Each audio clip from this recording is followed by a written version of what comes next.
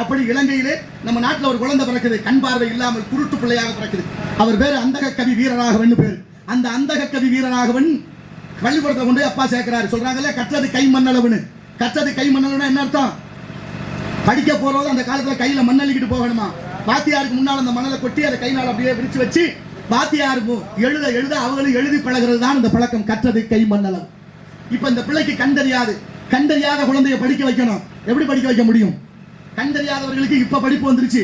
கண் தெரியாதவர்களுக்கு படிப்பை கண்டுபிடித்த ஒரு பெண்மகள், ஆங்கிலேய பெண்மணி ஹெலன் பேரு. அப்படிப்பட்ட அற்புதமான கண் பார்வை இல்லாத படிப்பு பிரெயில் முறை அப்படின்னு கண்டுபிடிக்கப்பட்டு உலக நாடுகள்லாம் கொண்டாடி கொண்டிருக்கிறது. நம்ம இந்தியாவில் இருக்கு, தமிழ்நாட்டில்.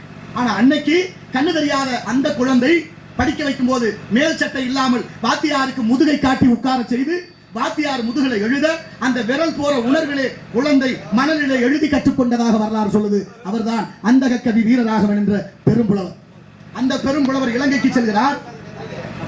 இலங்கைக்கு போற போது இலங்கை யாழ்ப்பாணத்து தலைநகராக கொண்ட ஆண்ட மன்னன் அந்த புலவரை சந்திக்க மறுக்கிறார்.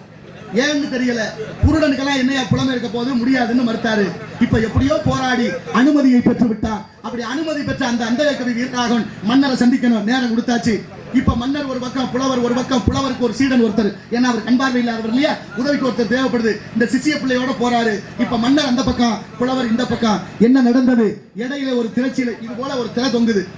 இப்ப திரையை தொங்க விட்டுட்டு அந்த பக்கம் மன்னன், இந்த பக்கம் புலவர். மன்னன் நினைக்கிறேன் அவளுக்கு தான் கண்ணே தெரியாது, திரை இல்லாம இருந்தா மட்டும் நம்ம முகமா தெரிய போது, குருடனை போய் நம்ம என்னத்தை பார்க்க போறோம், அது அவ்வளவு நல்லதா இல்லைன்னு நினைச்சுக்கிட்டு மன்னர் திரையை தொங்க விட்டார்.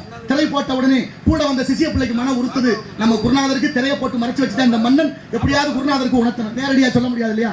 மன்னன் புலவரை, ஐயா குருநாதா இடையில திரைச்சியில தொங்குதுன்னு சொன்னா என்ன ஆகும்? புலவர் மன்னன் தண்டனை கொடுத்துருவான்.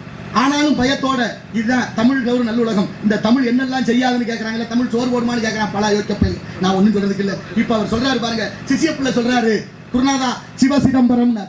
சிவசிதம்பரம் சொன்ன அடுத்த வினாடியை சொன்னாரு எல்லாம் அருணாச்சலம், திருவண்ணாமலையை சொன்னார். ரெண்டுக்கு என்ன அர்த்தம்? சிதம்பரத்துல ஒரு திரைச்சீலை தொங்குது, அதை அவர் சொல்லாம சொன்னாரு. இப்ப புலவர் புரிஞ்சுக்கிறார், நமக்கு முன்னால திரைச்சீலை தொங்குது புரிஞ்சுக்கிட்டு எல்லா அருணாச்சலேஸ்வரர் சொன்னார், அண்ணாமலையார. அது நெருப்பு தலம். சொல்லி முடித்த அடுத்த வினாடிய திரைச்சீலை தீப்பற்றி எரிந்தது. வரலாறு சொல்லு எவ்வளவு மகத்துவ வாய்ந்த கதைகள். மன்னன் நடுங்கி போன, ஆகா கண்ணு தெரியாது நினைச்ச இவ்வளவு பெரிய மகத்துவமா இருந்திருக்காரு. புலவரே மன்னித்து விடுங்கள், உங்களை தாழ்வாக எண்ணியது என் தவறுதான், மன்னித்து விடுங்கள். மன்னிப்பு கேட்டுட்டு ஒரு கேள்வி கேட்டேன், என் கையில ஒரு பொருள் இருக்கு, அது என்னன்னு சொல்லுங்க, நிறைவா வச்சுக்கிறோம். இப்ப சொன்னாரு, கலை இல்லை சிலை பிடித்து ஏன் இருக்கிறாய் என்று ஒரு வார்த்தையை சொல்றாரு. இது ஒரு நீளமான கவி. அதை சொல்றாரு, பெரிய அரண்மனைக்குள்ள கலை என்ற மான் இல்லை, சிலை என்ற வில்லு ஏண்டா வச்சிருக்கான்னு கேட்டாரு.